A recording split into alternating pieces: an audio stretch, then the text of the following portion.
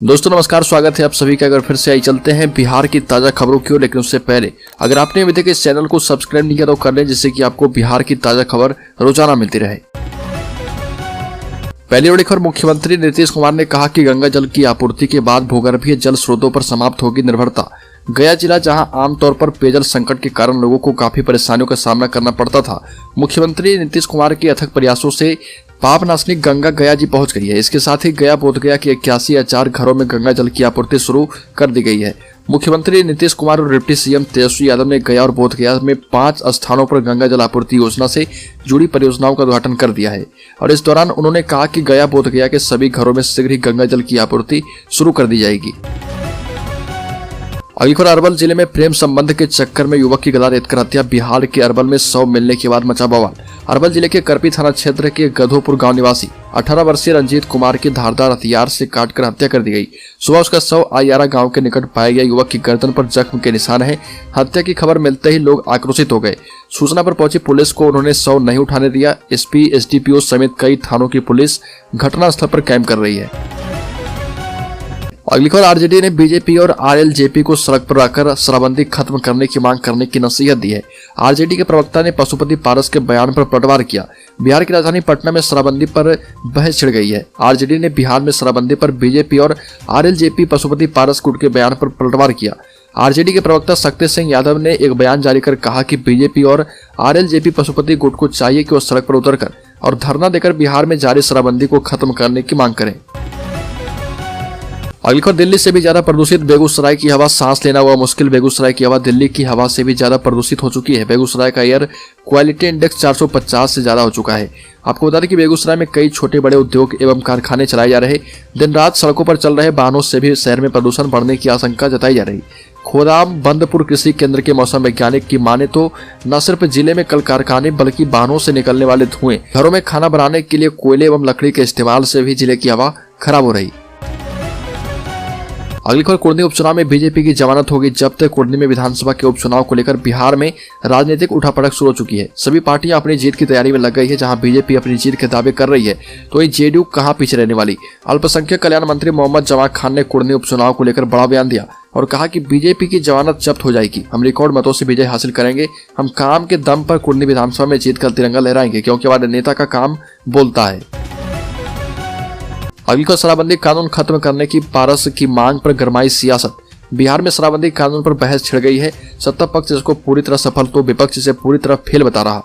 अब केंद्रीय खाद्य प्रसंस्करण मंत्री पशुपति कुमार पारस ने शराबबंदी को पूरी तरह से फेल बता दिया है और कहा कि वह गरीबों के लिए काफी अहितकर कानून है।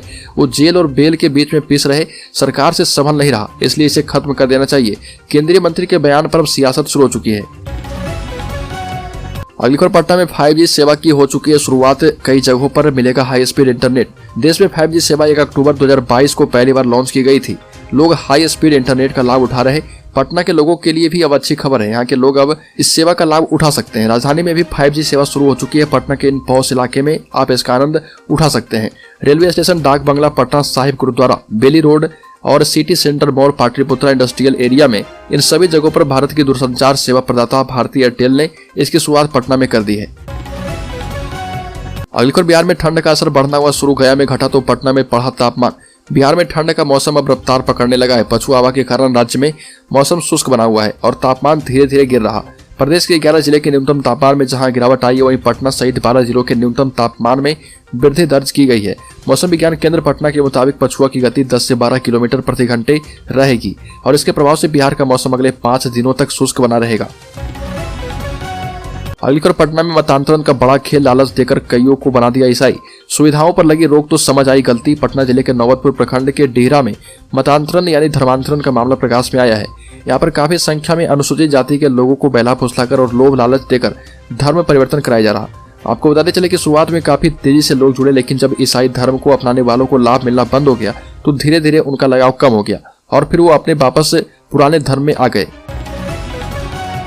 अगली खबर, बिहार में बीजेपी ने पहली बार उठाया शराबबंदी पर सवाल। सुशील मोदी ने कहा कि 6,000 करोड़ का हो रहा नुकसान। लंबे समय तक मुख्यमंत्री नीतीश कुमार के वित्त मंत्री रहे पूर्व उप मुख्यमंत्री सुशील कुमार मोदी ने कहा कि सरकार की शराबबंदी नीति के कारण राज्य को हर साल 6,000 करोड़ रुपए का घाटा हो रहा। यह पहला मौका है जब भाजपा अप्रत्यक्ष रूप से शराबबंदी कानून को राज्य की आर्थिक स्थिति के लिए खराब बता रही। मोदी की प्रतिक्रिया वित्त मंत्री विजय कुमार चौधरी के इस वक्तव्य के प्रति है, जिसमें केंद्र से पर्याप्त मदद न मिलने के कारण राज्य का हर एक योजना फेल होना बताया जा रहा है। अगली खबर पशुपति कुमार पारस ने चिराग पर साधा निशाना, कहा कि दल जुट सकता है पर दिल नहीं। लोक जनशक्ति पार्टी का 23वां स्थापना दिवस मनाया गया। राष्ट्रीय लोक जनशक्ति पार्टी के अध्यक्ष एवं केंद्रीय मंत्री पशुपति कुमार पारस ने रविंद्र भवन में कार्यक्रम में भतीजे चिराग पासवान पर निशाना साधा। पशुपति पारस ने कहा कि जब दल टूटता है तो वह फिर से जुट जाता है, लेकिन जब दिल टूटता है तो वह नहीं जुटता। केंद्रीय मंत्री ने कहा कि चिराग ने दल एवं दिल दोनों तोड़ा, रामविलास पासवान के सपने को चकनाचूर किया। आज चिराग राजग में आने को व्याकुल है। अगली खबर समाज कल्याण मंत्री मदन सहनी ने कहा कि भात का पता नहीं, केवल माछ लेकर बीआईपी सुप्रीमो मुकेश सहनी घूम रहे। कुर्नी में उनका जनाधार नहीं है। मंत्री सहनी ने गठबंधन से जदयू प्रत्याशी मनोज कुशवाहा के पक्ष में चौपाल लगाकर समर्थन मांगा। इस अवसर पर उन्होंने कहा कि जब से मुकेश सहनी गठबंधन से अलग हुए उनकी जमीन खिसक रही है। मल्ला समाज के लोग पूछ रहे हैं कि मौका मिला तो दूसरे को गले लगा लिया। रोड शो में पूरे बिहार से पेड कार्यकर्ता को बुलाकर लगाया जा रहा, उसमें जो भी भीड़ है सब अलग अलग जिले के लोग हैं। अगली खबर केंद्र सरकार के अंतर्गत निकली 45,000 से अधिक पदों पर बम्पर बहाली। कर्मचारी चयन आयोग ने विभिन्न केंद्रीय सशस्त्र सीमा बलों में कांस्टेबल सीडी नियुक्ति के लिए कार्यक्रम जारी कर दिया है। इसके लिए कंप्यूटर आधारित परीक्षा 10 जनवरी से 14 जनवरी तक आयोजित की जाएगी। वहीं आयोग ने इसके लिए संशोधित पदों की सूची भी जारी कर दी है। इसके लिए इच्छुक अभ्यर्थी 30 नवम्बर तक रजिस्ट्रेशन कराकर आवेदन एवं नियुक्ति प्रक्रिया में भाग ले सकते हैं। अगली खबर सिंगापुर में लालू के किडनी ट्रांसप्लांट की तारीख हुई तय, डॉक्टर लगातार कर रहे जांच।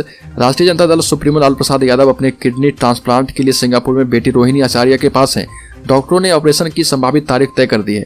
अगर सब कुछ ठीक रहा तो लालू की किडनी का ट्रांसप्लांट 5 दिसंबर को कर दिया जाएगा।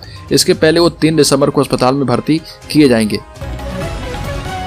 अगली खबर 8 साल के बाद भी जमुई SC/ST थाने में FIR दर्ज नहीं करने के मामले में कोर्ट के आदेश के बाद SP डॉक्टर शौर्य सुमन सख्त तेवर में दिखे और उन्होंने फौरन SC/ST थानाध्यक्ष रंजन कुमार को सख्त हिदायत देते हुए FIR की कॉपी खोने मामले में स्पष्टीकरण की मांग की और जल्द आवेदन देकर FIR दर्ज करने का निर्देश दिया। हालांकि कोर्ट के आदेश और SP के निर्देश के बाद पुलिस महकमा में हड़कंप मचा हुआ है। दरअसल 2 दिन पूर्व अनुसूचित जाति जनजाति अत्याचार अधिनियम के विशेष न्यायाधीश ADJ प्रथम अनंत सिंह ने 2014 में FIR दर्ज नहीं करने के मामले में SC/ST थानाध्यक्ष रंजन कुमार पर कार्रवाई करने का आदेश SP को दिया था।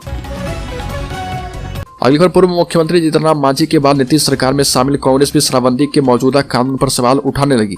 सत्तारूढ़ गठबंधन में इस सवाल पर मतभेद बढ़ता ही जा रहा। बड़ा हिस्सा कानून की समीक्षा करने, इसे और सख्त करने या रद्द करने के पक्ष में दलील दे रहा। इन सबसे कम में से कम एक बात पर सहमति नजर आती है कि कानून अपना असर नहीं दिखा रहा। अगली खबर BPSC ऑफिस के बाहर छात्रों का गुस्सा फिर से भड़का। BPSC 67वीं PT परीक्षा का रिजल्ट से नाराज छात्र एक बार फिर से राजधानी में प्रदर्शन कर रहे। BPSC ऑफिस के बाहर 1000 की संख्या में जुटे छात्रों ने BPSC हाय हाय के नारे लगा रहे। कैंडिडेट्स हाथों में तख्तियां लेकर ऑफिस के बाहर प्रोटेस्ट कर चुके हैं। छात्रों से मिलने नेता प्रतिपक्ष विजय सिन्हा भी BPSC ऑफिस के बाहर पहुंचे। अभ्यर्थियों की मांग है कि जिन 9 प्रश्नों के उत्तर बदले गए उसके बदले कट ऑफ घटाकर रिजल्ट दिया जाए। वहीं विजय सिन्हा ने कहा कि अगर बच्चे मांग कर रहे तो बिहार सरकार को इस मामले की जांच CBI से जरूर करवानी चाहिए।